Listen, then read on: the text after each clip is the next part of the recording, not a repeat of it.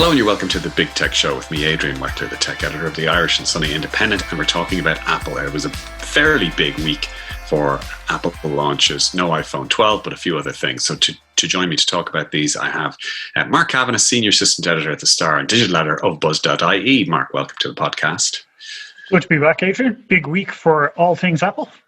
It was, and let's just get right into it. So there were a couple of things that they launched. They launched 2 iPads, 2 Apple Watches, a Fitness Plus premium subscription, and a thing called, what was it called? I can't remember. It's Apple One, which we can't really get the full benefit of here. I'm going to start with the iPads. My take on this, well, let's leave the basic iPad alone. They upgraded the basic iPad, 8th generation. That's the one that people will use for school. That's the one that people will have as a browsing device at home. The new iPad Air, I cannot see a reason why anybody will now buy an iPad Pro 11-inch iPad Pro. I have one. And it costs over 200 quid more than the new iPad Air. And the new iPad Air looks almost identical. It's that beautiful same flat finish on the outside. Comes in a load of colors. Has the USB-C port. Has a nice bright screen, not quite the same refresh screen, but a nice bright screen. Very fast chip inside. You can use the same pencil with the flat side on it that attaches magnetically. I have no idea why somebody would buy an iPad Pro 11 now. And there's a big price difference as well. I'd be a big 200 quid plus. I'd be a big fan of the high refresh rate of the iPad Pro. I think I probably would miss that. Okay. Apple iPhone 11, as you know, has a 60 hertz refresh rate display as well. And the iPad Air, the new iPad Air, is the same. And I do notice that using Android phones that have maybe 120 hertz or 90 hertz refresh rate displays, even using the iPad Pro and then going to the iPhone, you do notice a difference. Well, how would you notice that? Where, like, typically, because I like the 120 hertz refresh rate, but I would only notice it in very few applications. Maybe if I'm doing a bit of video editing, or if I was gaming, I suppose, but I don't really game. Where would you notice it? I'm not even sure there are huge benefits yet in gaming, because there are not that many games that have been optimized for the higher refresh rates. An awful lot of games are still running at 60 hertz and 60 frames per second. With it's basically just from browsing and scrolling. I would concede that when it comes to actual tasks, the higher refresh rate doesn't help you at all. On an Android phone, for example, if you were to transcode maybe a 4K video to full HD, it won't be any faster on the Android phone. In fact, the iPhone will beat all Android phones because their processors are always much faster. Yeah, the iPhones have a built-in benefit of Apple controlling so much of the components of the device, and that's just going to accelerate now that Apple has announced its own silicon path, and it's essentially taking over its own semiconductor business. But what I found interesting about the iPad Air is it's very rare that an iPad gets a chipset before an iPhone. I think it might have only happened once before. So the iPad Air now has the fastest chipset of any iPad Pro, 11-inch or 12.9-inch. It's also got a faster chipset than all the iPhones. It also which by the way, means it has the fastest chipset, almost the fastest chipset of any sub €1,000 computer in the world. Yeah, of any mobile device, certainly. Yes, it has. Well, laptops too. I mean, I don't know. Well, when benchmarking is a funny thing, because you benchmark, say, an Intel Core i5 processor against an Apple processor, and there's some really good videos on YouTube about this, because on the face of it, some of the top line results might favor the Intel chip, but actually when you get down into the tasks and you perform different benchmarking metrics for those tasks, often the Apple architecture will perform better. But anyway, I'm sure somebody will do those tests. I do think you have a very valid point, though, and I think they will struggle now to sell the smaller model, certainly, of the iPad Pro. I prefer the bigger one. I like using, whether it's a phone or a tablet, I prefer the bigger screen. So the 12.9-inch would win out for me. But there's been many times I've been away with yourself on pre-pandemic, of course, on press trips, or you might go away for a trade show like IFA or Mobile World Congress, and you'd kind of miss not having something smaller to carry around, which is the 12.9-inch iPad or a laptop. Can be quite cumbersome at times if you're carrying them around everywhere for a couple of days. So the iPad Air would certainly appeal on that level. And in terms of just the processing power, the raw processing power, I can't wait to get my hands on it and try it out and see. Yeah, and I mean, we should. There are a couple of differences.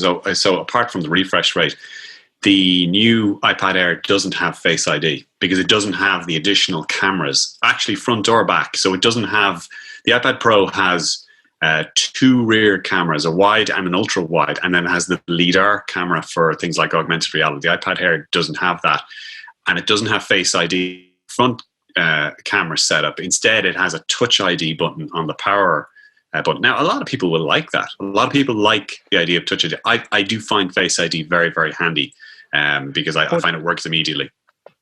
But would you use Face ID as much on when you're using your iPad as you would on your iPhone?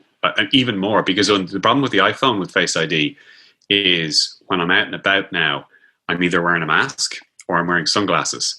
And with sunglasses, Face ID works about half the time.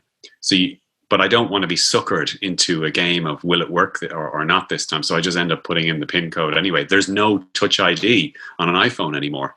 So, but with the iPad, I use it all the time, literally all the time. And I actually find it very, very handy because one of the reasons to have an iPad instead of a laptop in the first place is you want to get to something quickly. And by quickly, I don't mean 13 seconds or 9 seconds or 20. I mean 2 seconds. And you can with Face ID with an iPad, you can get something in 2 seconds. Well, I suppose the omission of that is why there's such a substantial price difference between the two models then, because that would be quite expensive technology. Cameras. So the cameras would be a big one. The cost of the rear LiDAR and the front-facing Face ID camera tech, I would imagine that's one of the big ones. And then the refresh rate, the extra tech that goes into the display for that is, I would have thought, a decent one as well. But then maybe you could argue that the new chip should, in theory, be bumping up the price of the iPad Air, but maybe Apple has a way of itself of discounting that in its own internal economics. I would imagine there would be an upgrade of the iPad Pro early in the new year to include that new chipset. Yeah, it's about once every 18 months. Typically, they'll have a new iPad Pro. It's more frequent than the likes of MacBook Pros, so they don't have one every year. Whereas they often will refresh an iPad, but the iPad Pro tends to be about every 18 months. There was one snag I found anyway myself. I don't know how big of an issue it will be for people, but they did highlight that the new iPad Air works with the Magic Keyboard. Now, for me, the Magic Keyboard is one of the best things that Apple has ever come up with. It's beautiful. Absolutely amazing. Fantastic. Once you use it and then go back and try and use the old style keyboard, you realize what a step forward it is. So they said that the new iPad Air will work with the Magic Keyboard for the 11-inch iPad Pro. But the 11-inch iPad Pro has 2 cameras on the back and thus a much bigger camera bump on the rear than the iPad Air has. Looking at the photos of the iPad Air, unless you have one there, have you? I have. So this is the Magic Keyboard. The reason it doesn't have an iPad in it at this moment is because I'm actually using it for notes. It's right here. Thank you. Okay. But it would normally go in there, and that's the space that the Magic Keyboard has. So you're right. It has a larger spare square for the extra cameras. But so what? So you'll just, instead of having all the cameras with the iPad Air, you'll just have a little bit of metal as well. It'll still fit. Yeah, probably won't bother most people. I'm sure they'll come up with a Magic Keyboard for the iPad Air down the line as well. An inch iPad Pro, because I do have one. Here's a problem. Maybe you won't be able to see this, okay? I'm not sure I'm going to be able to see this. Probably not.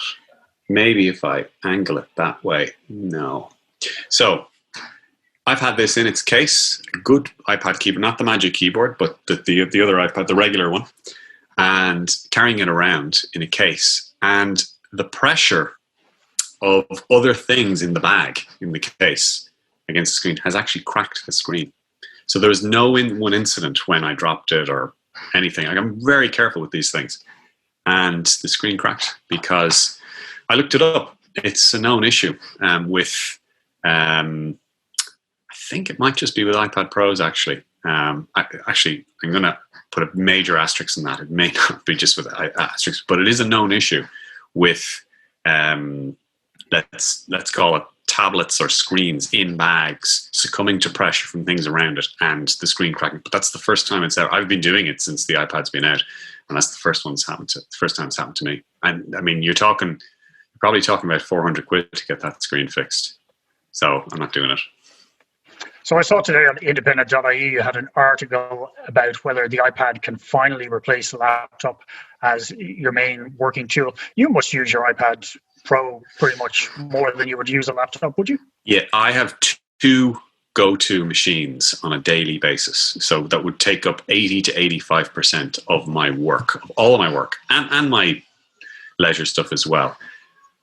iPad Pro, and actually, believe it or not, a Microsoft Surface Pro X. And there's a specific reason for the Surface Pro X, which is the first Surface Pro I've actually used as a daily driver. But I use the two machines throughout the day. Typically, my working space, often in this room, is with two laptops in front of me. So one will be with email, social media. The other's Word. Maybe I'll have a third one for something else.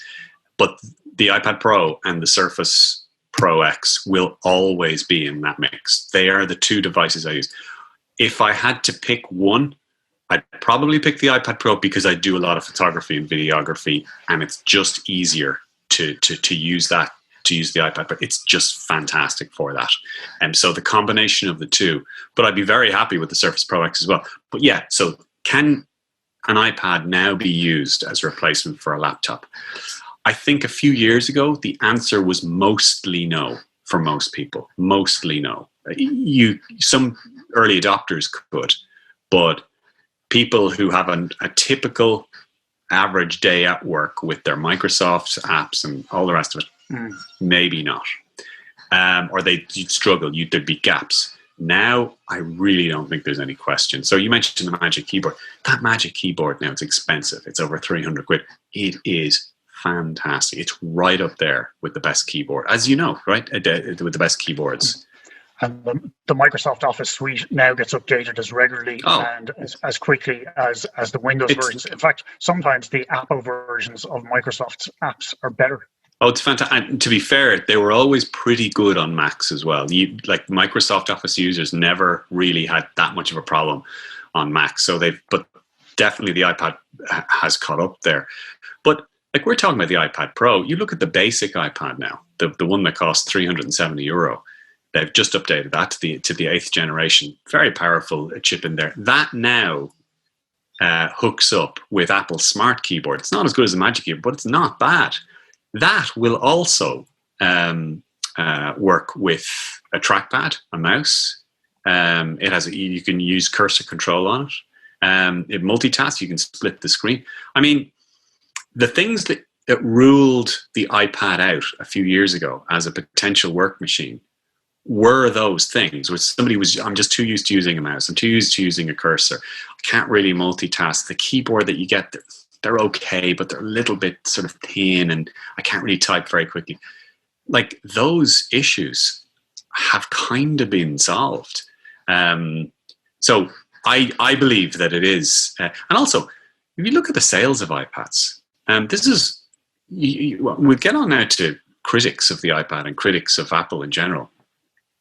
But if you actually look at one of the tropes out there is that iPads is just like, that's just a regular. I'd give that to a kid to watch YouTube or Disney Plus, but no, it's not really. I mean, it'd be a laptop or phone. Sales of iPads last year were over 40 million. Apple sold over 40 million iPads last year. The entire worldwide sale for all laptops and desktop PCs combined was 260 million last year, right? Mm-hmm. So to talk about iPads, that it's some sort of a tiny niche that hardly anybody uses, or that's just good, it's way wide of the mark. I mean, if the iPad was a standalone company, I can't remember what the figure is, but it would be one of the top 250 companies in the world or something like that. Yeah, it's a fantastic machine. I've always preferred using iMacs to MacBooks. So the laptop comparison doesn't really kind of work for me, but I do when I'm using a mobile device or when I'm going somewhere. It's always the iPad Pro I bring. I use it at home for a good few hours every day. Everything from basic office tasks, as you say, all the office suite of furniture. I edit a lot of photos on it, like yourself. I love playing around with the LumaFusion app. I don't know whether you've tried that. It's great for editing video. That's 32.99, and it has some of the pro features that you'll get on Final Cut Pro, which costs 10 times the price. It's an amazing app. It's a great example of the sort of apps you can get on iPad that you can't get on Windows 10. I mean, this is the other thing. I mean, like you mentioned Final Cut, you could look at Photoshop and other. The thing about iPads compared, for example, to Android tablets is that iPads get first-rate early draft software in the apps. I mean, there's another app called Affinity, excellent photo editing app. I bought it for, I think it was on sale for 40 quid. Normally it would cost more. Unbelievable functionality. Even the Apple's own basic photo editing app that's baked into the iPhone and the iPad, that now allows you to do things on videos like darken them, brighten them, adjust the contrast, adjust the highlight.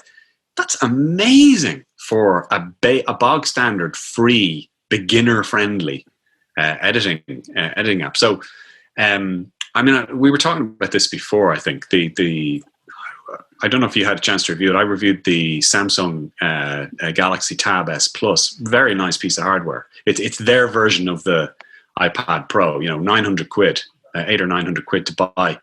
And the hardware is lovely, amazing screen, unbelievable screen, lovely stylus S Pen that comes with it as well. But the apps, where the hell are the apps? I mean, there's no comparison. That criticism of tablets being something that you give to your kid to watch YouTube or Disney Plus, that does kind of apply to Android tablets. And I say that as somebody who's tried a lot. And every time I get one, I want Android tablets to be bringing the genre on. I really do, because competition is great. But they're nowhere close to the iPad ecosystem, in my view. I don't know what you think. No, very true, very true. I mean, the Apple's dominance in the market is probably proven by the fact that most people call every tablet an iPad, whether it's an Apple device or not. Yeah. We should mention while we're talking about the iPads, the iPad OS 14 upgrade, which started rolling out today. I got mine today. Some amazing new features on it. So, this device that we're bigging up today, it's just got a whole range of great new features. Things like universal search. There's extra features on the pencil. You can now scribble in anywhere there's a search box. You can scribble in using the pencil, and it will convert your scribble into text. It's just fantastic. I love the way that they can bring those kind of features right across the operating system in that way, and they kind of make it a condition for developers as well. I know at the moment developers are a bit pissed off with Apple for dropping iOS 14 without too much warning, but in general, the way that Apple's roadmap, the way that it sees us using the tablet in future, and the way that it gets to develop to integrate that functionality into their apps, it's just fantastic. And it's only going to improve now that they're making their own silicon for Macs as well. So I think the fluidity between devices is going to get even better. One thing that's missing on iPad Pro, Apple sells a lot of its Logic Pro X software for music creators, DJs, producers, and a lot of Logic users have been calling on them to come up with a version for the iPad. I think we'll see that definitely in the next couple of years. It's one of the few things missing from the iPad. Yeah, that's a good point. We should also mention, by the way, that they did launch a couple of watches. The Apple Watch SE, which is a new, I was going to say entry level, but it's actually their mid-tier Apple Watch, because they're still selling the Apple Watch Series 3, which was 3 years ago, but they've now kind of kept it as their basic Apple Watch.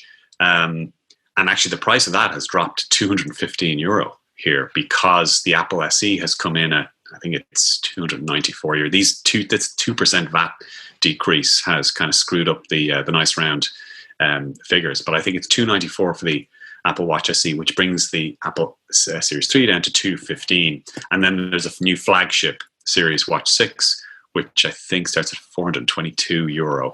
And that's the one, because on the face of it, if you excuse the pun, the Watch 6 and the Watch SE, they're both the same size. They both have the 40mm or the 44mm, so they'll both take the same straps. But Apple has reserved the always-on feature. So this is a Series 5. This is last year's watch.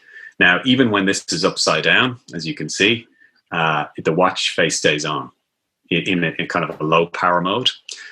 I love that. To me, that makes a massive difference over previous hour, because I hate having to do that, having to flick my wrist the whole time. Sometimes it doesn't work. They've kept that feature for the flagship. So the new Apple SE, the Watch SE, doesn't have that feature. It has a lot of the other features, but it doesn't have that feature. It's kind of like a combination of Watch Series 5 and Watch Series 6, isn't it? It is, except the Watch Series 5, again, has always on. And the Watch Series 5 also has the ECG, which the new SE, again, does not have. And to be honest, it sort of feels, whatever about the sensor, the ECG sensor, kind of feels that Apple sort of deliberately left out the always on from the SE, because I think they could have put it in there. But I think if they had, the only thing you would be buying the Series 6 flagship for would be the new pulse oximeter, the pulse oxygen measuring thing. Yeah, the blood oxygen sensor, which, I mean, they're in other smartwatches. They're in the Huawei GT2 series and the Samsung Galaxy Watch 3. I do personally think the Watch SE is a genius move. I think it'll bring a huge new audience to Apple Watch that maybe were put off by the high price. I mean, if you go into an electronics store like Harvey Norman or Curry's and you ask about smartwatches and you get a price comparison, at the moment Apple Watch is 400 plus, but most Android watches you can get for maybe half that price. So Apple's does seem a little bit expensively priced. So SE, I think, will bring a lot of people on board. Another genius move I thought they made with regards to the watch. Now, it doesn't really apply to Ireland because Irish network operators haven't adopted eSIMs yet, but the family setup where you can give Apple Watches to all your kids who maybe aren't old enough to have a watch yet. Yeah. That's a genius move. It is, and also elderly parents, and they specifically said that in the launch. Their launch video, it was mostly about a kind of it's like a 12-year-old girl who was going to basketball practice. She had her Apple Watch, and then when she got there, the parent got a notification on her iPhone that she arrived at the right place. Now there is maybe a separate discussion on privacy and kind of monitoring and surveillance on that, although Apple has a better reputation than most big tech companies on that score. But the other part of that was the elderly parents, was this, because most of the Apple Watches now have fall detection. So this idea that you're hooked in, to an elderly relative or an elderly parent who needs a little bit more attention, I think I agree. It's a great idea. It's a great idea. But we don't have eSIMs here, and we don't have, and the operators that, there's only one operator here that does it abroad. It's Vodafone. Vodafone has it in 4 or 5 other territories: Spain, Italy, Germany, 1 or 2 other countries. And I don't know why they don't have it here. Of all the operators, I would have thought that it would have suited their branding here most. The other genius move that I thought they made, again, it doesn't apply to Ireland because we don't get the Apple News service and it's part of the package, but they announced 3 bundles called Apple One, which allow you to bundle various Apple services such as Apple Music, Apple TV Plus, Apple Arcade, and of course the new Fitness Plus service. There's one called Individual and there's one called Family. Now they are good price, but I don't think they give, to me anyway, I don't think they give anywhere near enough cloud storage. But the Apple Premier one, which is $29.99, or it would be if it was available in Ireland, that gives you news, fitness, music, and all of the other services, plus 2 terabytes of cloud storage, which is what I currently pay a tenner for. If that was available in Ireland, I might be jumping all over it. I think it's brilliant. Yeah, although what music service do you use? An online music service? I don't use Apple. I'd be one of these guys that Tidal. Tidal, yeah. So, but I do appreciate the convenience of Apple Music, and I do appreciate the convenience of Spotify. I, like yourself, I probably plenty of smart speakers around the phone, and if they're Spotify connected, they're a lot easier to operate, and you can throw things to them much quicker than you can with something that's maybe only Tidal, that's on Tidal. Sorry, but I think Spotify are already giving out about the Apple bundle. They are. They are. I mean, I'm a Spotify user, and maybe something like that, if it was really good value, might get me to switch. But I'm pretty happy with Spotify in terms of its integration with other devices, in terms of how it works. It's reasonably well integrated anyway on a lot of Apple devices. And so, like, for example, on this watch, I can control Spotify now. I can't store offline.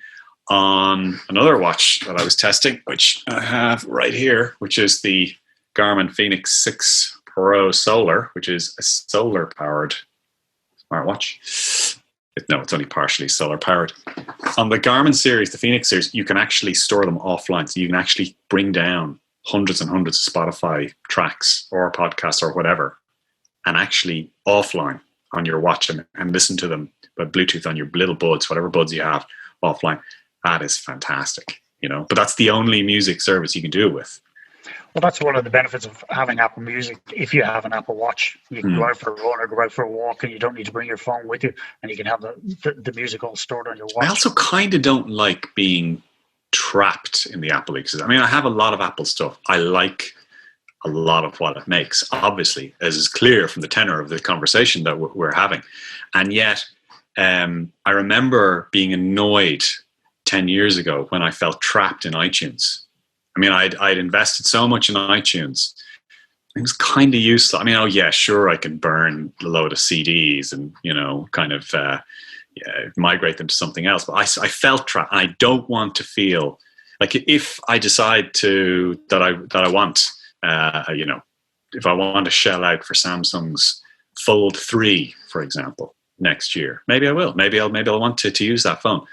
I don't really want to be beholden in the Apple ecosystem. There's one element which was introduced during the week, Fitness Plus, that we haven't touched on. Do you think that I mean, that's a growth market, isn't it? I mean, it was, to me, it's an absolutely obvious move for Apple, and it shows to me the absolute strength of its overall mid to long term plan. So they're launching at the same time as a couple of new Apple Watches. Well, what is Fitness Plus? Fitness Plus is essentially a $10 a month subscription service for workout classes, personalized fitness programs, yoga, cycling, health, strength, core, all of these different programs. And it integrates pretty perfectly with your Apple Watch, to the extent that when you're watching it on an iPad or your Apple TV, as you're doing the exercises, the health data from your watch flashes up on the screen. I mean, it's that integrated.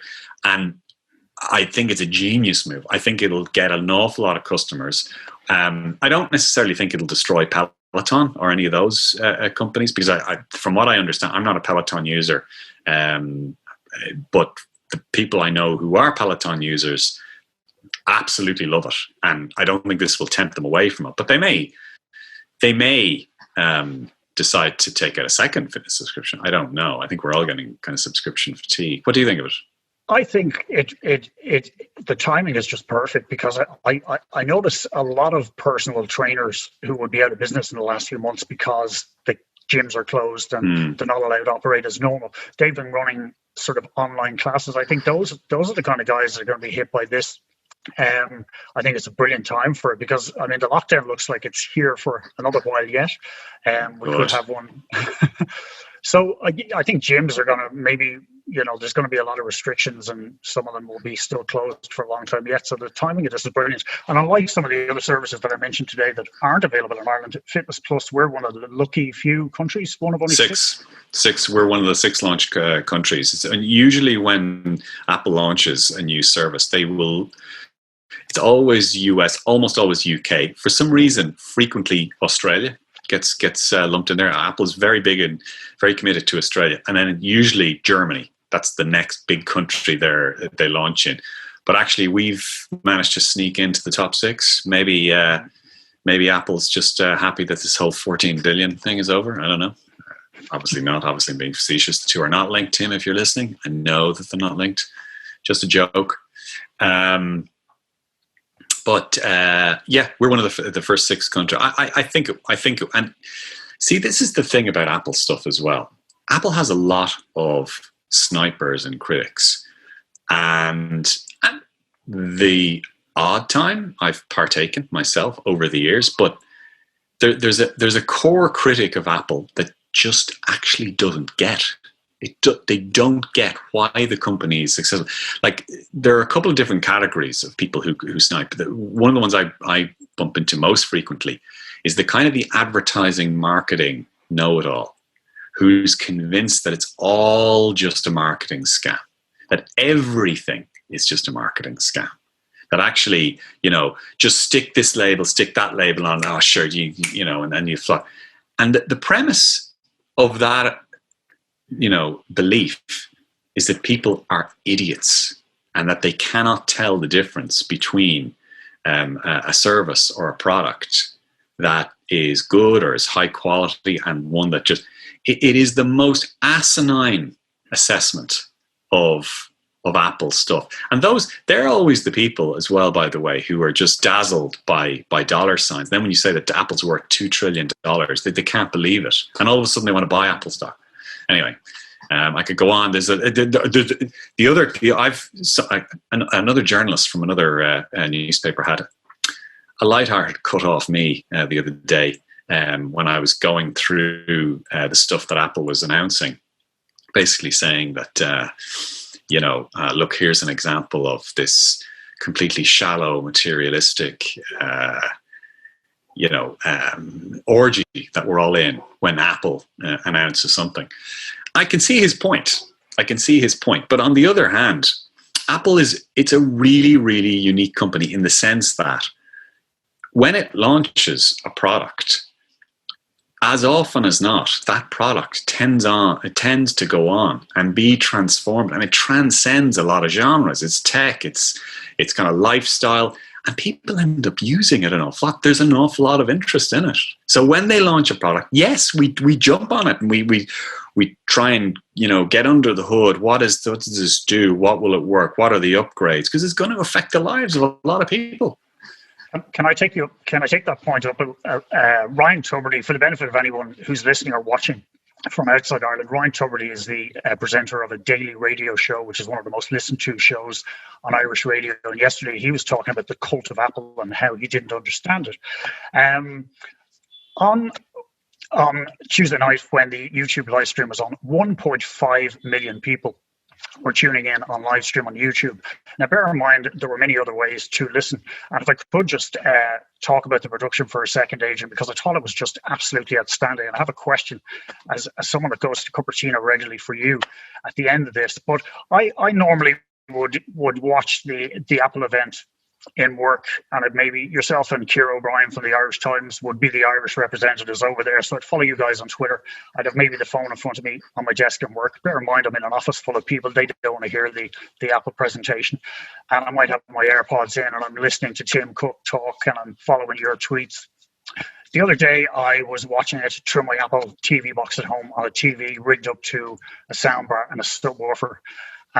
My God, the production was just incredible. Both the sound and the visuals. It was just next level stuff. And along with the Worldwide Developers Conference pre-recorded virtual presentation during the summer as well, I think Apple have raised the bar with such presentations to a level that made me wonder, is there any benefit of bringing the likes of yourself and Ciara out to Cupertino for one-to-one presentations when they can do it almost so much better when it's pre-recorded like that? I think it's an unbelievably apt question. I think Ben Thompson, the Stratechery editor, was posing that question as well. I actually think it's slightly more impactful when they bring them all to the theater, and I'll tell you why. There's when you bring that many media to one place, first of all, on a very basic level, that means that the publications and the organization, they're committed, which means that if you look, for example, at the front pages the next day, or the broadcasts or the radio shows, or listen to the radio shows, TV broadcasts, there's something to film. There's a sting. There are pundits talking about it. If you look at the amount of press and publicity that Apple would have typically got from the launch of an iPad and a watch at the same time, at Fitness Plus, it would have been on every second front page if it was last year or the year before. I don't think it was on one front page this year. Now, we gave it a bit of space, we talked about it online, all the rest of it, slightly different. And to your point about the production values, I think you're right. I think because I watched it the same as you, I thought it was a nice mixture of being clean, simple, very direct, to the point, easy to follow. Didn't get visually tiring at any point. There was nothing nagging at you. It was really, really well done. And yet at the same time,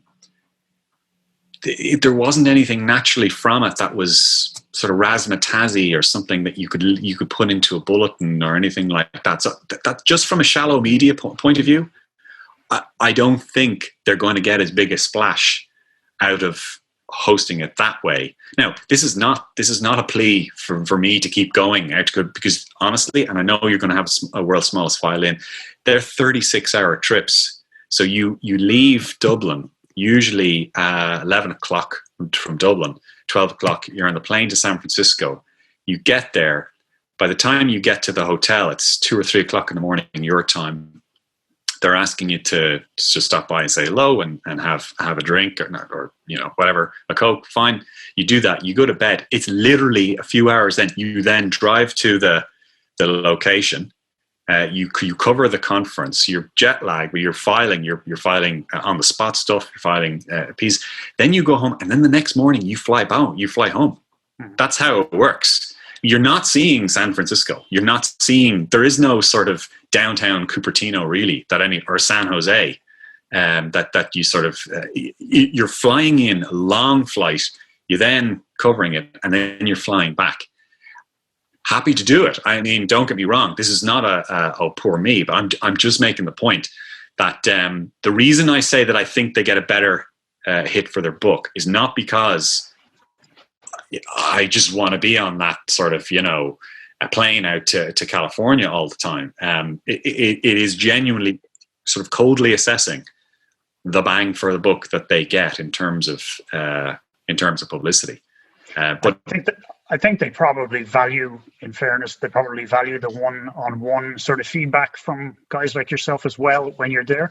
I do think, though, they've given themselves a tough ask now for future presentations, if they are live, to come up with a production that's as good as what we've seen the other night. Yeah. Well, as long as Tim comes out and does "Good morning," there's actually. Have you seen the Tim Cook impersonator online? I can't remember. He's really, really good. But of course, the only thing I remember. Actually, he has a very good way of taking off Tim Cook's kind of vocal fry. Today we have. It's a little bit like Bill Clinton's. Good morning. We have such a cool thing for you today. He has this sort of, because he's from Alabama. Anyway, look it up. He's very funny. So listen, on Buzz.ie, the website affiliated with the Irish Daily Star, I do a top 10 smartphones list, which has been running all year, and I update it regularly with all the latest new releases. Obviously, there are lots of Android releases throughout the year. iPhones only come around once a year. So all this year, you'll probably not be surprised to know iPhone 11 has been a number one for me. And despite all the, the many innovative features that have been introduced on rival Android phones, and the faster refresh rates and the really fast Android 865 and 865 Plus processors, I still find that the iPhone, when it comes to actually, doing tasks, it's still the fastest. And I work with iMacs in the office. I have an iMac at home, so it suits me as well to be part of the Apple ecosystem, in fairness. So iPhone 12, we didn't get it the other night, but it's coming in a couple of weeks. What do you think is going to be in it? Well, we've a fairly decent idea of what's going to be, and mainly thanks to Mark Gurman in Bloomberg, but also some other leakers, Evan Blass, and supply chain sources in the Far East. But we are pretty sure there's going to be 4 models. We're going to iPhone 12, an iPhone 12 Plus, an iPhone 12 Pro, and an iPhone 12 Pro Max. Give or take the names, that's what it's going to be. They're going to be 5G, which might finally give the 5G a little bit of luster, a little bit of a kickoff, because it's kind of, there hasn't really been any obvious consumer demand for 5G specific applications yet. The better cameras they're talking about won't have a charger, most likely, which Apple is dressing up as a green move, but because the Apple Watch SE doesn't have a charger. Cynics will say it's maximizing profit, which it probably is. Environmentalists won't complain because lots of us have USB chargers already. It was expected that the Pro models would have 120 hertz refresh rate displays, but there seems to be some question over that now, whether that's going to happen. Yeah, I saw those rumors as well. I'd be very surprised if they kept it to 60 hertz displays. I would really be expecting a higher refresh rate than that.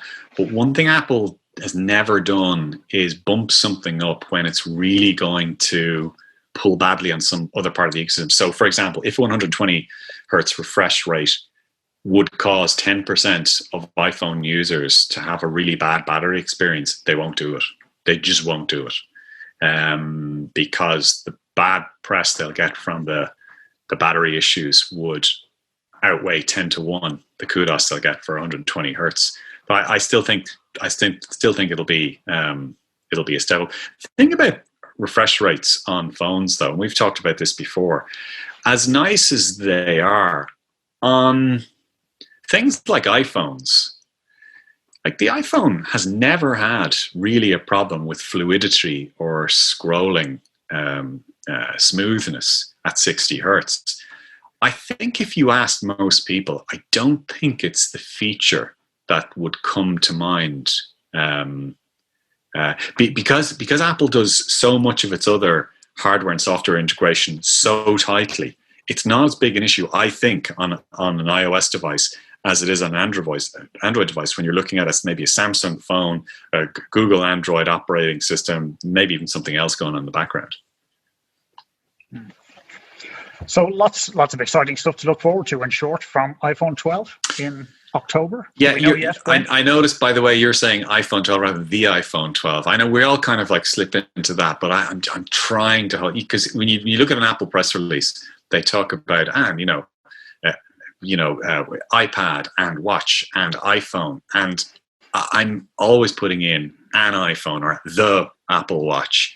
And I know it's a brand issue, and I know we've essentially given in on the small I. I mean, for years I proudly boasted that we would never cap down Air in copy, because even though that was part of their brand name, because they're not going to tell us what to do. And of course, we cap down the I in iPhone, and everybody does. So I don't know. Does that mean we're just flaky and soft? Or, I mean, but then if you actually try to write out iPhone with a capital I and a small p, it looks like you've made a mistake. It looks like L phone, you know? Yeah, true. I agree with you there. So I don't know how to do that. I think we have to give in on the iPad and the iPhone. Actually, iPad. Do you remember when I remember when the iPad was launched. I remember sitting at my desk, tweeting away, and we were all joking about the name, iPad. The big joke at the time was, oh, it's a feminine hygiene product, is it? iPad. Anyway, they've sold hundreds of millions of them since then, so the joke is not on them. Anyway, listen, Mark, thank you very much for joining us today. Senior Assistant Editor of The Star and Digital Editor of Buzz.ie. You wanted to say something else? Yeah, just one thing to watch out for. Anyone that has AirPods Pro in the next couple of days with all these software upgrades, there's 2 great new features coming to AirPods Pro. One is called Spatial Audio, and the other one is the ability to connect your AirPods Pro seamlessly between devices. So if you're working on your MacBook and you get a call on your phone, your AirPods Pro will switch over. Oh, I love that. That's fantastic. A lot of headphones are getting it now. I'm reviewing Actually, I have just reviewed. It might have gone up on the site now. The Sony's WH-1000XM4 headphones. I have them here actually, and they can connect to 2 different devices over Bluetooth, whereas the XM3s can only connect to 1. It's a really nice feature. It's a great feature. Listen, it was lovely talking to you today. Great. Adrian. Thanks, Mark. And that's all we have time for me as well. Adrian Mark, tech editor, the Irish and Sunday Independent. This time next week. I'll see you then. Bye-bye.